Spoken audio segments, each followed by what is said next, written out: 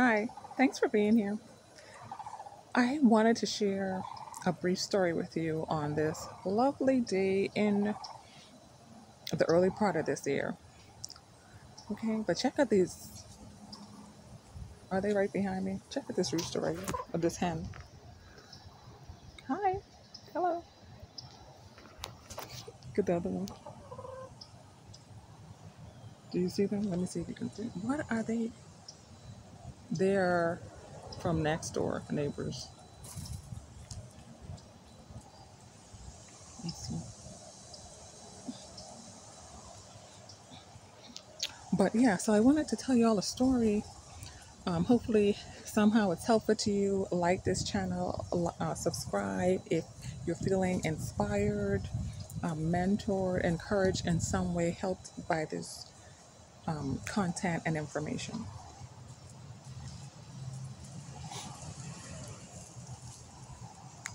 It's one protective rooster right here, always protecting his hens. But yeah, so good. But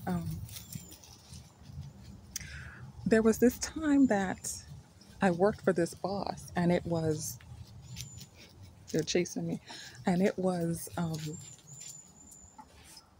sort of far away, this job I had, and I would sometimes run a bit late. There was traffic on the way every now and then, and sometimes I would show up, 3 to 5 minutes behind time.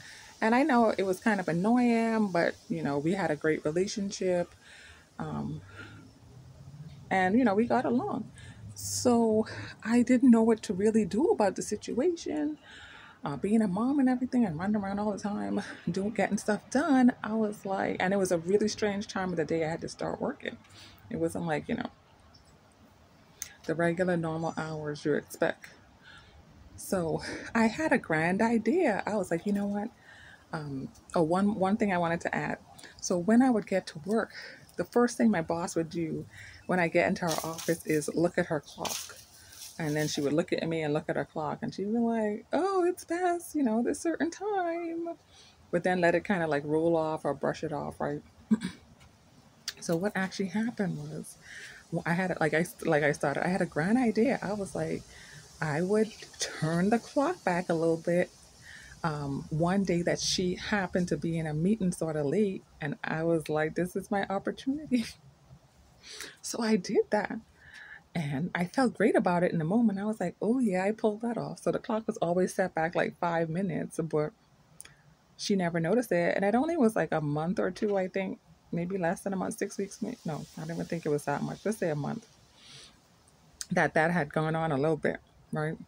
So one day she was out of the office again, and I was like, getting some stuff done in her office. And I was like, I walked past the clock one day and I heard this whisper or impression inside of me, and it says, turn the clock back. I was like, wait a minute, what? So I stopped in front of the clock and looked around. I was like, turn the clock back. I'm not doing that. I was like, I don't know why I'm feeling this feeling, but this is working out for me pretty great.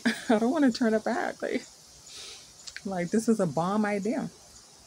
So I continued doing what I had to do, filing stuff in the office. I walked past the clock again, like a minute or no, a few minutes later, and it said, turn the clock back now. I heard that whisper again inside of me. I was like, turn the clock back now. You don't want to regret it. That was the,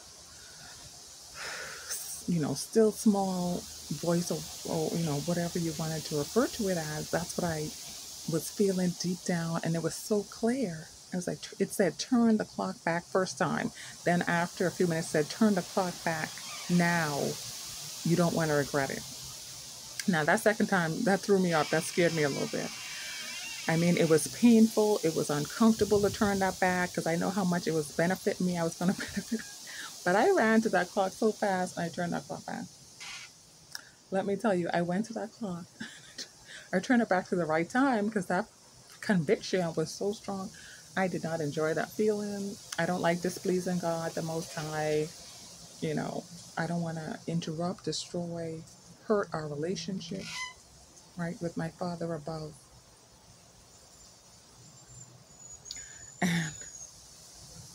And, and I felt like that. I mean, I would say that I'm telling you this story because that was one of the first times I really, right, felt the Lord's presence in the same room with me, and just in a loving way telling me, I'm protecting you. This can turn out bad. Don't do that. I'm growing you, maturing you, wanting you to change from the inside and not changing your environment always or often to suit your comfortability. What makes you not stretch yourself past, what you prefer or what you're used to, your preferences. And that's what it did, because I had to literally like push myself hard to remind myself, put up certain certain things in place in my life to figure out how am I going to get there when I need to get there, right? Instead of like just taking the short route and the easy route and not changing, not growing, not trying to get it done the right way, because it's going to help me in the future if I figure out how to get it right, right? Instead of taking the shortcut. You know what I'm trying to say. Hopefully, if you don't, ask me a question or two in the comment section below. All right, that's the only story I wanted to share with you for now. Thanks for listening to it. I don't know if the rooster and the hens are gone, but let me see. Oh, they're still out there. They're still out there. But yeah, so I will talk to y'all probably another time in another video, maybe even today. Like, share, subscribe. Till the next one. Bye for now.